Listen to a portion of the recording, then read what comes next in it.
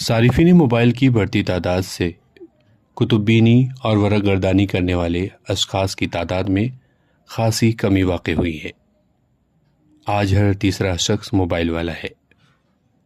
Mobile کی اس بڑھت نے جہاں لوگوں کو آسانیاں بہم پہنچائی ہیں، وہیں ان گنت بیماریوں کو جنم دے کر اس کی پرورش و پرداخت میں کسی بھی طرح کی کوئی کسر باقی نہیں رکھی ہے۔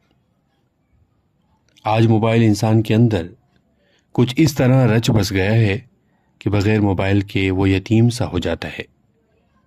بغیر موبائل کے اس کی دنیا تاریک اور زندگی اجیرن ہو جاتی ہے۔ بعض دفعہ تو یہ یکبالشتی موبائل جانے انجانے میں انسانیت پر بھی کاری ضرب لگا دیتا ہے، جس سے بڑے بڑے فسادات رونما ہوتے ہیں اور اخبارات کی زینت بنتے ہیں۔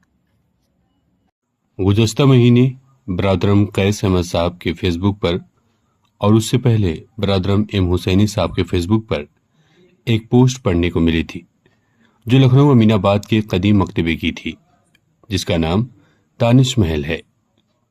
سرزمین اودھ پر اس مکتبے کی کیا اہمیت ہے یا اس کی کیا تاریخ ہے، ان سب کے بارے میں مجھے کچھ نہیں معلوم تھا، مگر جب لوگوں نے اس پر لکھنا شروع کیا تو پتہ چلا کہ اس مکتبے نے اردو کے کئی بڑے اور نامور قلمکاروں کی پرورش کی ہے۔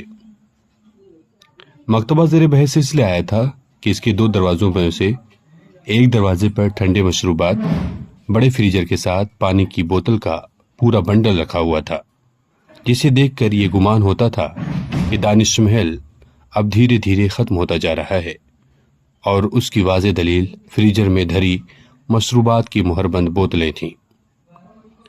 تصویر کے ساتھ جب میں نے تحریر پڑھی تو اوروں کی طرح مجھے بھی افسوس ہوا کہ ایک معروف مکتبہ کس طرح کروٹ بدل کر نئی راہ لے رہا ہے۔ میں نے اس مکتبے اور اس کی بدلتی حیت کا ذکر سرائے میر میں موجود البدر بک سینٹر کے مالک جناب عقیل احمد صاحب سے کیا تو انہوں نے بھی اس کی اہمیت کو تسلیم کیا اور میرے ساتھ افسوس میں برابر کے شریک رہے۔ اتفاقاً 4 روز پہلے بغرض تفریح جب میں لکھنؤ پہنچا تو طے شدہ مقامات کی تفریح کرتے ہوئے اچانک دانش محل کے سامنے جا پہنچا، جو کہ میرے شیڈول میں پیشتر موجود تھا، مگر دانش محل یوں نکل کر سامنے آ جائے گا میں نے سوچا بھی نہیں تھا۔ لہٰذا امین آباد کی تفریح کی شروعات میں نے دانش محل سے کی۔ جب ہم اندر داخل ہوئے تو دیکھا سامنے ایک صاحب شاہانہ انداز میں کرسی پہ بیٹھے ایک باریک شخصیت سے محو گفتگو ہیں۔ بغل میں لگے صوفے پر نظر پڑی تو وہاں بھی ایک باوقار اور نستعلیق شخصیت جلوہ افروز تھی، جو بغور ان دونوں بزرگوں کو سن رہی تھی۔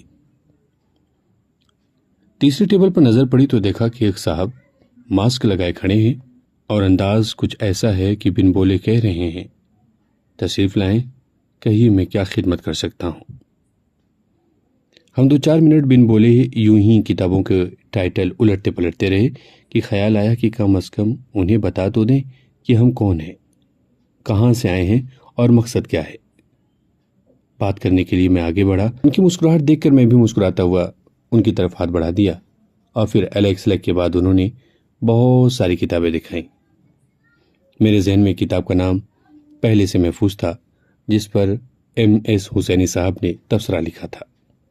تبصرہ بہت عمدہ تھا، اس لیے حسینی صاحب کی رہنمائی پر میں نے وہ کتاب گزشتہ لکھنؤ حاصل کی اور پھر بہت دیر تک اسی مکتبے میں دائیں بائیں ہوتا رہا۔ شہر لکھنؤ پر مزید کتابیں طلب کیں تو نعیم بھائی نے سردار جعفری کی کتاب لکھنؤ کی 5 راتیں نکال کر دیں۔ بات بالکل سچ ہے کہ آج دانش محل میں کتابوں کے ساتھ ٹھنڈے مشروبات بھی ملتے ہیں، لیکن ہمیں فکر مند ہونے کی ضرورت نہیں ہے، کیونکہ نعیم صاحب اپنا کام بخوبی کر رہے ہیں اور آج بھی دانش محل اوراق کی خوشبو سے معطر ہے۔